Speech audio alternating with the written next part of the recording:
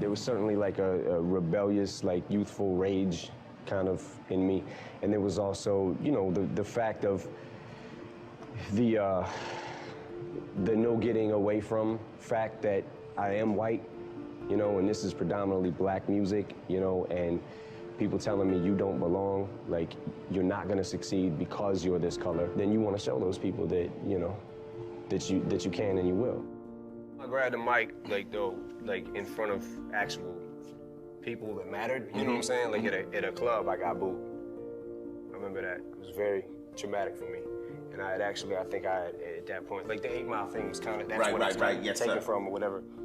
And I think I went home like, man, I quit. Right. And then, you know, maybe a couple days later, a week later, I got the urge to like, nah, man, I gotta get up, gotta do it again. I finally found something that, yeah, this kid over here, you know, he may have more chicks, like he may have better clothes or whatever, but he can't do this like me. You know what I mean? He can't write what I'm writing right now. And it started to feel like, you know, maybe Marshalls get a little respect. My dream was for like, to be able to one day, like hear rappers that I looked up to on the radio and be like, yo, what if Jay-Z, whoever, what if they heard of me? What if they thought I was dope? You know what I'm saying? Like that was where my mentality always was with it.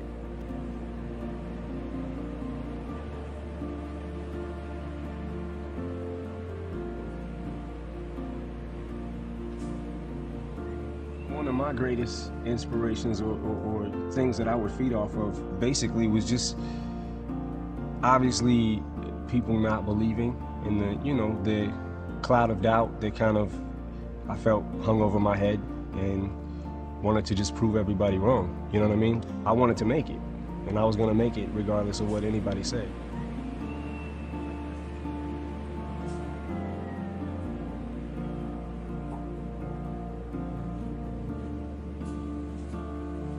I don't think that my goal has changed in the sense of,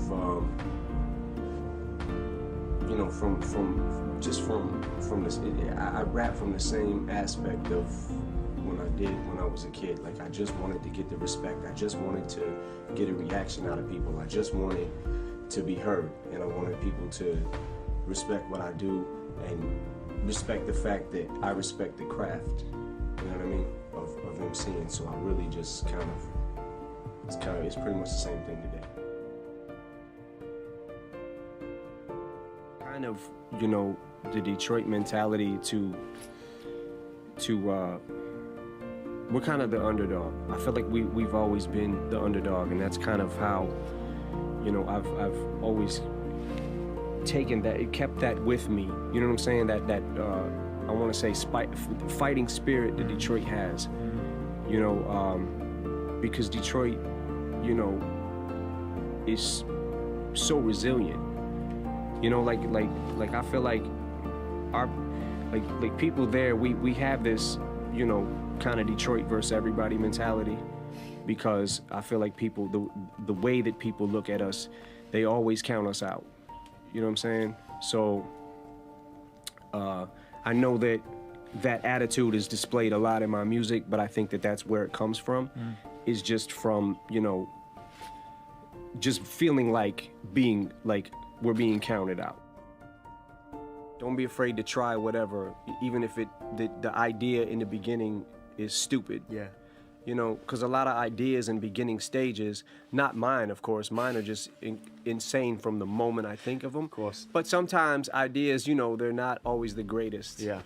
No, I mean, you know. Don't be afraid to fail, basically, to get somewhere else, to get on the journey. Absolutely. Yeah. So if you say one thing, that's going to spark another thing to lead to a better thought. Yeah.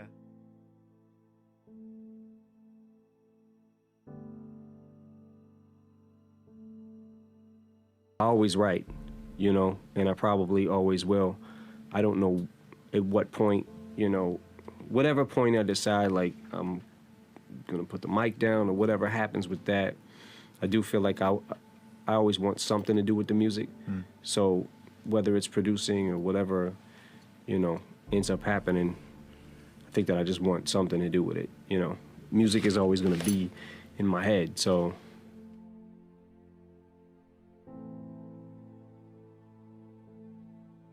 I make music, and whatever comes along that seems like it might be interesting or fun, because at this point, I just want to have fun with it, you know? Like, I just want to make sure that whatever it is something that I'm passionate about and that I believe in, you know, because otherwise, just going through the motions.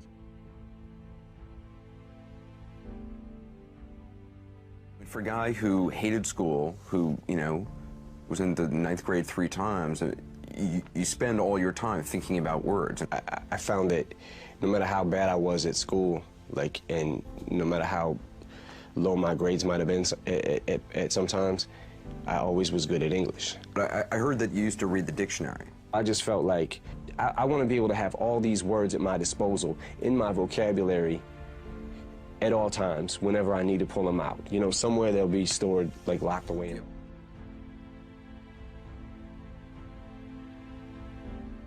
Like always, with anything, you gotta take the good with the bad, you know? You might, I understand that the level of success that I'm at doesn't happen to everybody every day, but, like, you know, there's new problems you're gonna have with everything. If it wasn't my success and I was still trying to look for a job or working a dead-end job and didn't have no money to eat with, it would be those kind of problems that I would have. Yeah. Those type of family problems. How are we gonna feed Haley? How are we gonna raise her? How are we gonna stay together? How are we gonna pay our rent? Do you know what I mean? Yes. So it would be, so now it's new problems. It's like, money's not the problem. Now it's different things. Other people interfering in our lives and our business. So you gotta take the good with the bad.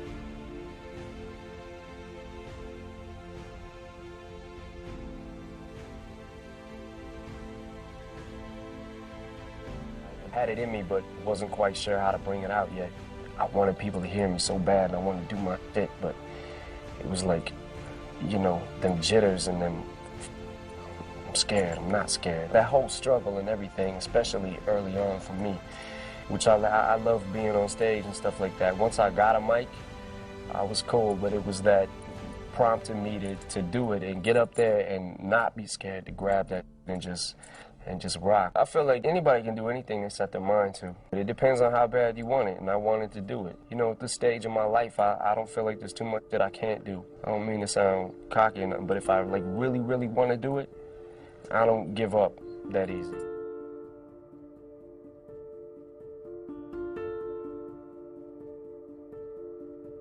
I had to admit that I had a problem.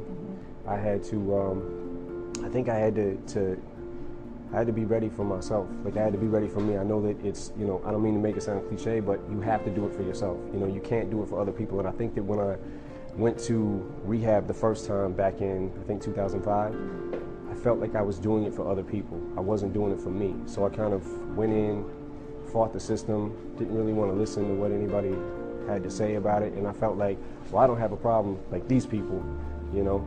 I just take this because I just take these pills because I can't sleep. I have a sleeping problem. I just take, you know, Vicodin for recreation, you know. And, you know, then I went through a really rough period after I came home from rehab, and I lost my best friend, and kind of the reins were off. It was kind of just like, you know, screw it, this is like, you know, and from there I really went downhill, and that's when I overdosed, got out the hospital, relapsed a short time after that, basically scared of myself, and went to some people and was like, yo, I got a problem, I need help, I can't beat this on my own. Because the whole time I think I was thinking that I could, but I couldn't. First, before anything, I'm a father before I'm a rapper. So, you know, my daughter comes first no matter what, and if there's important things going on in her life that I need to be there for, then I'll drop what I'm doing, or we schedule around it. And a lot of times I take her with me, and, you know, she's been on the road with me before, so she's like my little homie, man. Like, she's like my little sidekick sometimes. It's hard Like, I'm not gonna front. Like, sometimes it gets hard to try to balance them out, but like I said, before anything, I'm a father.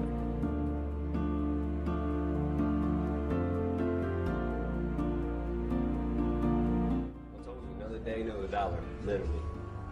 McDonald's, no motherfucking cuisine, dining out, food, good food, nothing. We're on a fucking budget here. We're on a budget. I had to walk here. They rode the fucking bus. I had to walk here. With a goddamn backpack the size of my house. I got my house in my backpack.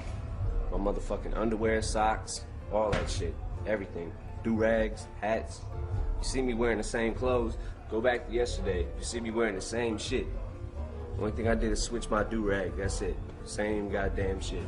Every day. That's why I say another day, another dollar. Same shit, same toilet.